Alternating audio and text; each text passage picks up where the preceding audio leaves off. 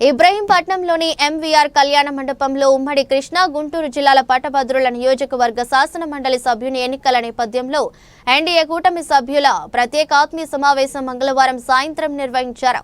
ముందుగా అన్న ఎన్టీఆర్ గారి ప్రతిమకు పూలమాలలు వేసి ఘనంగా నివాళులర్పించారు. గ్రాడ్యుయేట్ ఎమ్మెల్సీ ఎన్నికల ప్రచార కరపత్రాలను ఆవిష్కరించారు. ఈ సమావేశంలో లీడ్ క్యాప్ చైర్మన్ శ్రీ పిల్లి మాణిక్యాలరావు మాట్లాడితే జగన్మోహన్ రెడ్డి అంతర్జాతీయ నేరస్తుడని, అతను చాప కింద నీరులా ఎన్నో కుట్రలు పన్నుతూ ఉంటాడని, కూటమి కుటుంబ సభ్యులంతా ఎమ్మెల్సీ ఎన్నికల్లో అప్రమత్తంగా ఉండాలన్నారు.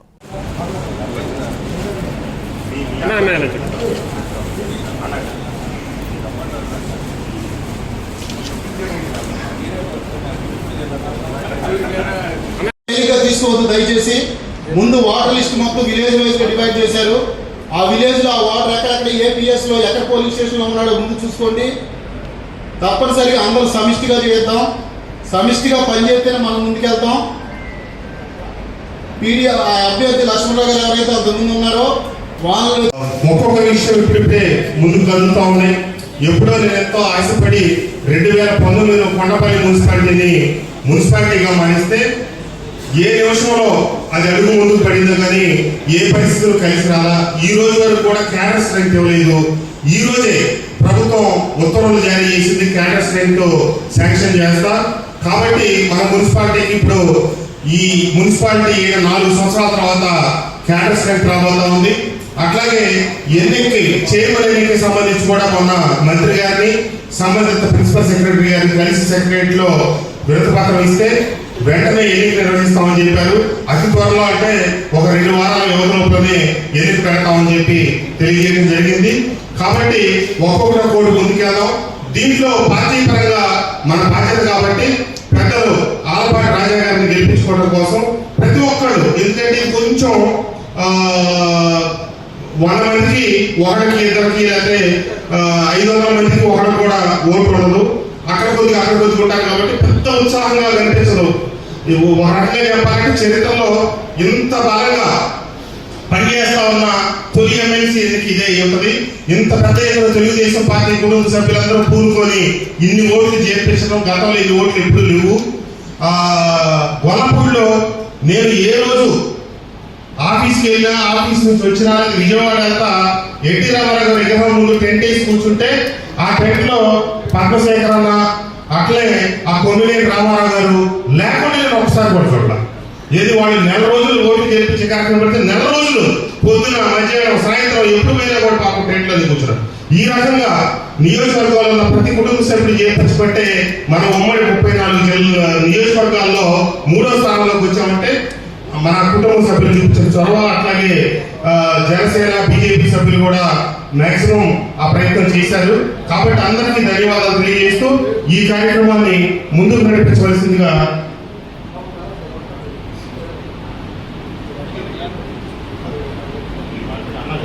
వాతావరణంలో మీటింగ్ జరుగుతూ ఉంది. రాష్ట్రంలో 7 నెలల క్రితం మనం అధికారంలోకి అత్యంత భారీ మెజార్టీతోటి అధికారంలోకి రావడం జరిగింది. భారీ మెజార్టీతోటి ఎన్నికల్లో గెలవడం వల్ల ఎమ్మెల్సీ ఎన్నికల విషయంలో చాలా బాధ్యతాయుతంగా వ్యవహరించాల్సినటువంటి బాధ్యత నా మీద పడింది. 2 విషయాలు, ఒకటి ఆలపాటి రాజేంద్ర ప్రసాద్ గారి విషయం, రెండోది ఎన్నికల్లో ఉన్నటువంటి ప్రాధాన్యత విషయం. ఈ 2 విషయాలు మనం ముఖ్యంగా మాట్లాడుకోవాలి. ఆలపాటి రాజేంద్ర ప్రసాద్ గురించి మీ అందరికీ తెలుసు. ఆయన తెలుగుదేశం పార్టీ కార్యకర్తగా తన జీవితాన్ని ప్రారంభించి జిల్లా నాయకుడిగా, తర్వాత విద్యార్థి రాష్ట్ర నాయకుడిగా, ఎమ్మెల్యేగా పలుమార్లు గెలవడం, మంత్రిగా చేయడం, ఆయన సీనియర్ నాయకుడిగా మొన్న కూడా దాదాపు జగన్మోహన్ రెడ్డి 5 సంవత్సరాల కాలంలో అరాచకాల మీద నిరంతర పోరాటం, ఇవన్నీ కూడా చేసినటువంటి గొప్ప వ్యక్తి, న్యాయకోవిదుడు, సీనియర్ నాయకుడు. మరి ఈ సీటు జనసేనకి ఇవ్వాలి.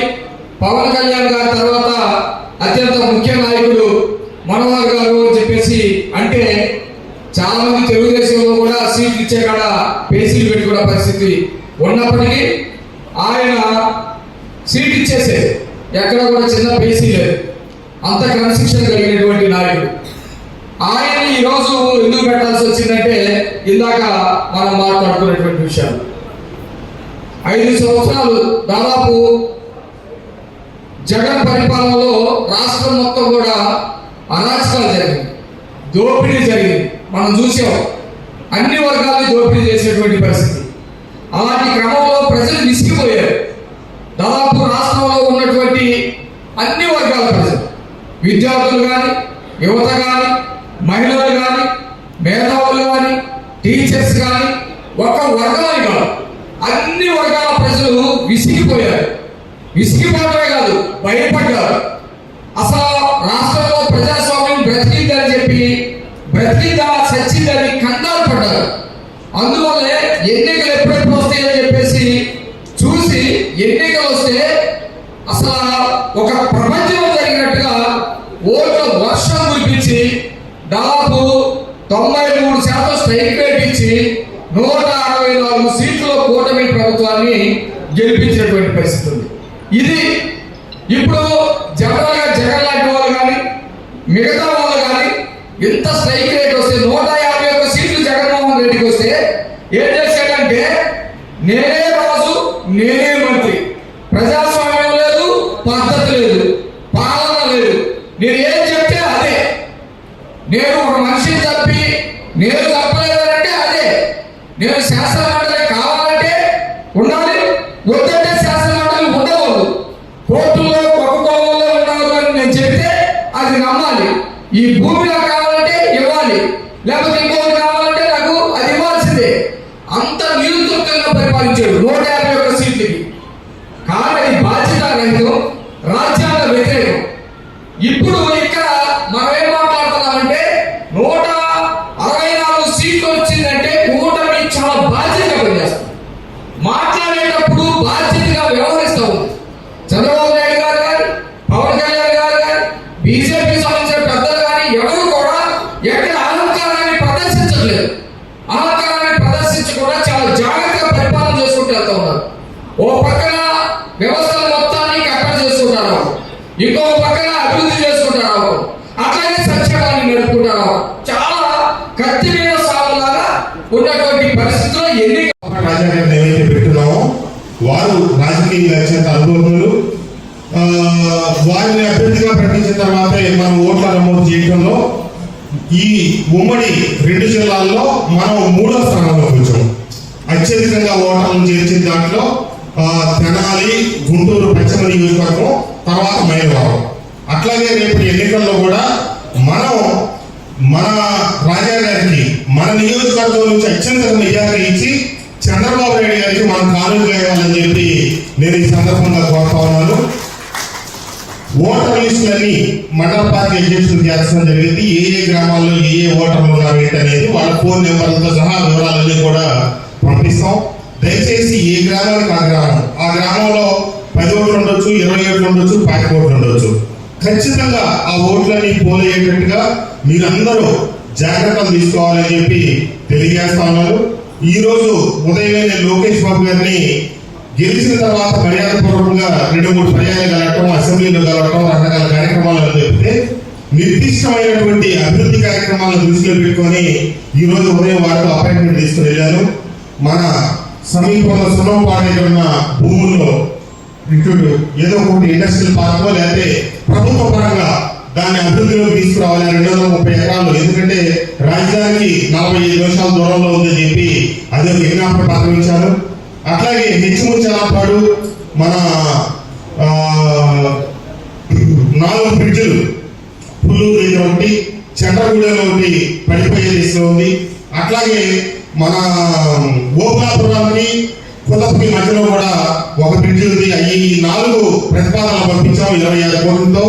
అది ముందు కలవట్లేదు, దాని విషయంలో జోక్యం చేసుకొని కొంచెం దయచేసి తక్షణం నిధులు కేటాయించాలని చెప్పి లోకేష్ బాబు గారు చెప్పారు. చెప్తే తప్పకుండా ఈ అభివృద్ధి కార్యక్రమాలను తక్షణం పట్టాలు ఎక్కిస్తారని చెప్పి వారు చెప్పారు. సరే ఆ చెప్తారని చెప్పారు. మీరు ఎమ్మెల్సీ ఎలక్షన్ కూడా అందరినీ సమాయత్తపరిచి జాగ్రత్తగా నడిపించండి అన్నారు. చెప్తే తప్పకుండా బాబు మీ అదే కార్యక్రమంలో నేను ఒకటే మాటిస్తా ఉన్నా, నాకు వర్గం లేదు, గ్రూప్ లేదు, నియోజకవర్గం అంతా ఒకటే పార్టీ. నేను కేవలం లోకేష్ బాబు గారికి, చంద్రబాబు నాయుడు గారికి, తెలుగుదేశం పార్టీ ప్రతినిధులే. నాకు ఏ రకమైనటువంటి పట్టింపులు కానీ పట్టుదల కానీ లేవు. పార్టీ బలపడటం కోసం, పార్టీ మనకి అప్రాంతంగా ముందుకు సాగడం కోసం, రాబోయే రోజుల్లో వచ్చే ఈ ఎన్నికల దగ్గర నుంచి ప్రతి ఎన్నిక గెలిచేదాని కోసం విస్తృతంగా మన ప్రయత్నం చేయడం జరిగితే సోదరులు ఎస్సీ కార్పొరేషన్ చైర్మన్